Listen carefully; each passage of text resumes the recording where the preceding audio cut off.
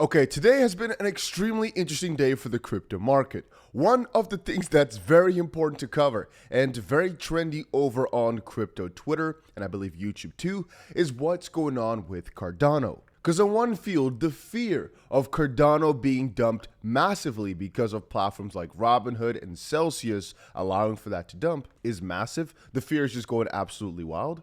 In the back end, most announcements that I've been reading about are just crazy bullish for Cardano.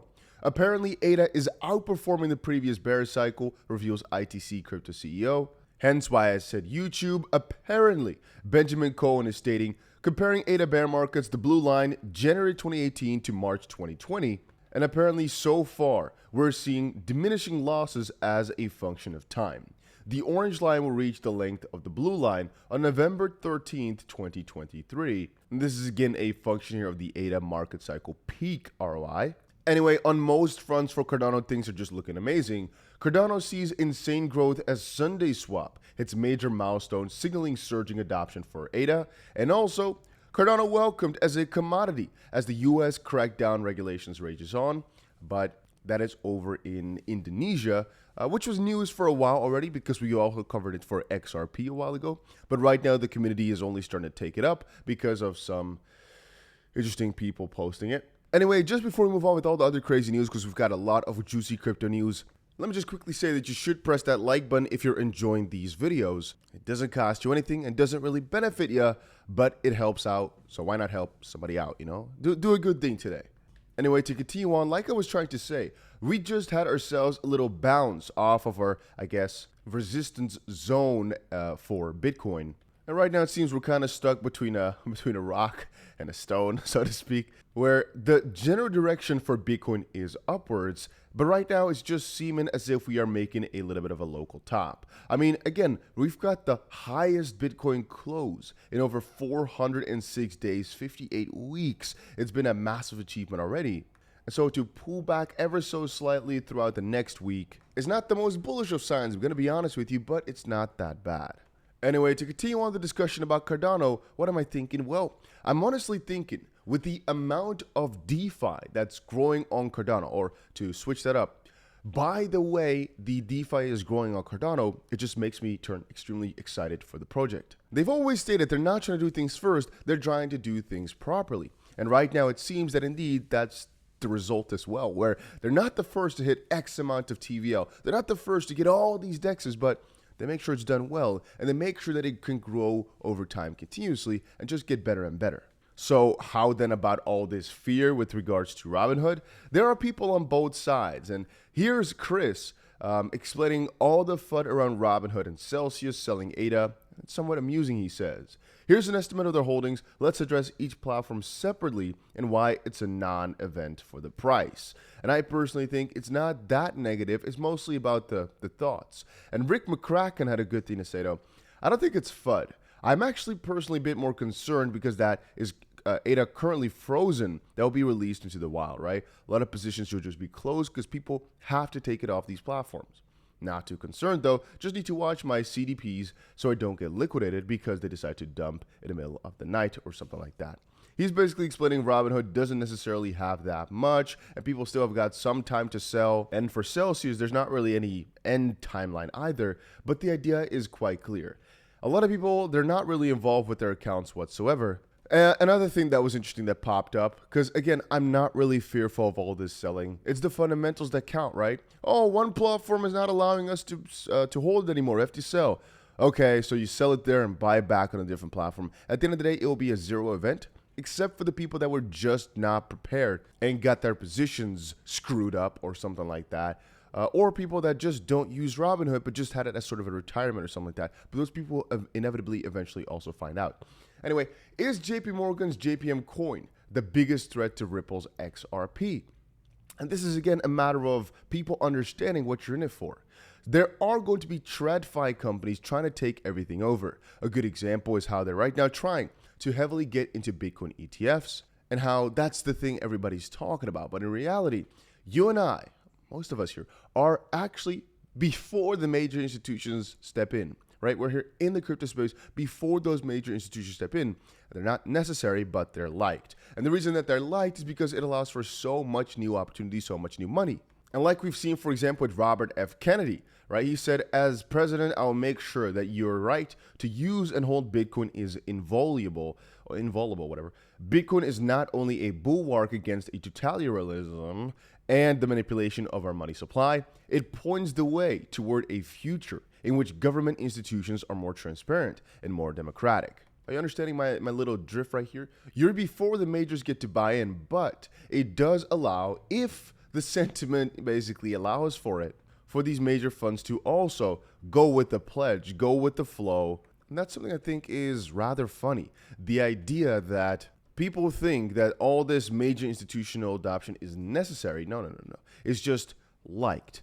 However, on a different field, I'm not sure which article I had open. I think it's this one right here.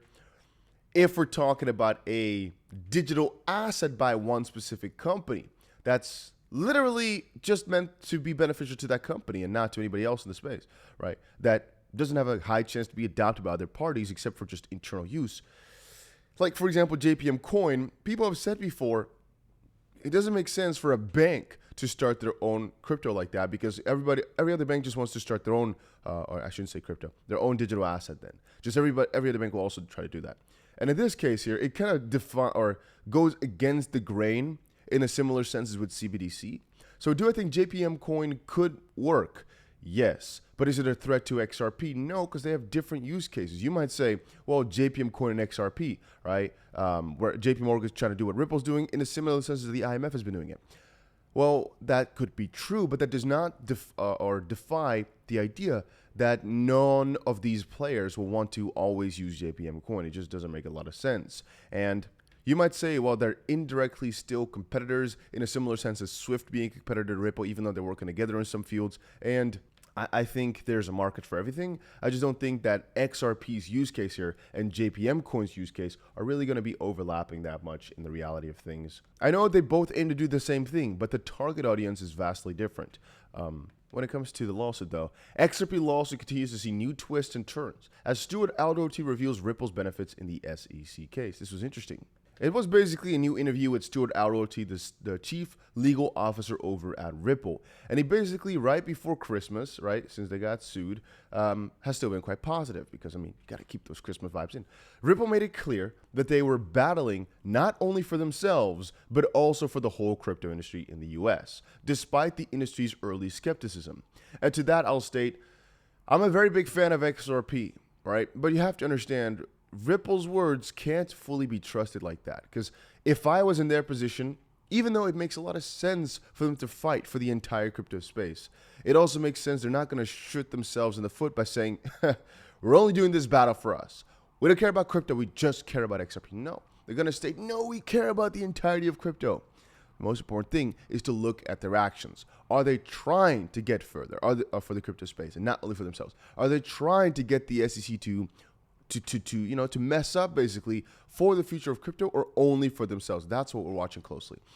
He said, we said from day one that we're going to defend this case not only on our own behalf, but we're going to defend the case on behalf of the entire crypto industry in the US. Everyone understands how important this fight is. And in many ways, Ripple, in a perverse way, we've actually been benefited by the SEC suing us when they did because we're at the end of our journey and others are the beginning of the litigation journey with the SEC. There's two things I'd like to say about that. One is I think that XRP's price will actually be in a better bracket now that the SEC thing is behind us. And we've had that fear when cryptocurrency still hadn't seen that crazy amount of adoption yet. So Ripple took basically the jab for a lot of other crypto companies to prosper sooner, just a little bit quicker, and potentially for an entire new bull market to come up here. And even though it kind of sucked for the XRP price, I do believe the moment the clarity does actually come, the price will benefit even more from it now because of all the history that's been set in place. And still, for both Cardano and XRP, guys, I'm stacking up as much as I can. I'm not going to give you a price prediction, but the idea with me always is, let's say you put $1 in now. You're going to get almost guaranteed $10 back in a couple years from now. Yeah, I'm just going to keep stacking it up. It doesn't matter if it's going to be $9.65 or $24.24. It doesn't matter on the exact parts of it. It just matters, okay, whatever money I put in is going to get a massive multiplier in due course. And I believe it'll actually be in about a year and a half from now that most cryptos will be at some crazy price point because of the halving cycles. I still believe that. Should actually state that I'm a really big fan of the halving cycles and the idea that cryptocurrencies, I know this only says Bitcoin, but I believe all other cryptos will follow, is on a trajectory towards the upside constantly. It just has some negative periods in the midst. Anyway, like I said, right now we're fighting a very, very important fight, but hopefully you guys all know that. But understand as well that this is pivotal and that even though there's some downtime right now, I think inevitably it'll be better for the adoption because right after the Bitcoin ETF, potentially Ethereum, XRP is next on the chopping block where otherwise it might have been some other cryptocurrency. It might have been some other company that fought the battle and then won and then could get all the adoption in 2023 instead of a lot of other cryptos like Algorand and all the others that were sued like Cardano Matic might only get in. Who knows when it's over, right? 2025? Yeah, two things that are also interesting is one, the Sui Foundation. Basically, people were saying, hey, it seems there's infinite Sui selling pressure. So have you guys been selling these locked staking rewards on Binance? Has that been going on? And they said no, but people have been trying to figure out exactly what's going on right there. There's a lot of skepticism over Sui. And with Azuki, which is an NFT mint, I guess, or an NFT project, and I'm not sure how you call that. They basically had a new sale of a new Elementals NFT collection. I believe 20 million or 36 million, I don't remember. And oh boy, did it sell out, but it sold out in a negative way because everybody noticed, well, these new NFTs look so much like the old NFTs. Yeah, the old NFTs I think were worth like 15 ETH. The new ones were 2 Ethereum to buy. The old NFTs are now worth like 9, and the new NFTs are now worth like 1.5 because they sold so much money. It was basically a cash grab, and people are not really big fans of it. So for NFTs, things are not doing so well with a lot of the major projects going down hard. Like, for example, the manipulation with the Bored Ape Yacht Club. But hey, I think you guys are not that heavily into NFTs, nor am I. But I just thought it was worth mentioning that it's getting a little bit of a hit right now. But yeah, that's about it. See you guys later. Make sure, by the way, that you put that notification bell on. I keep reminding you, put that notification bell on because if you don't, you might miss out on some very important crypto news. What if Ripple settles tomorrow? What if Binance sues the SEC back? What if people come together and sue the SEC, which I still believe should happen tomorrow? But anyway, you want to be notified for that, so make sure you put the notification bell on. That's about it. See you.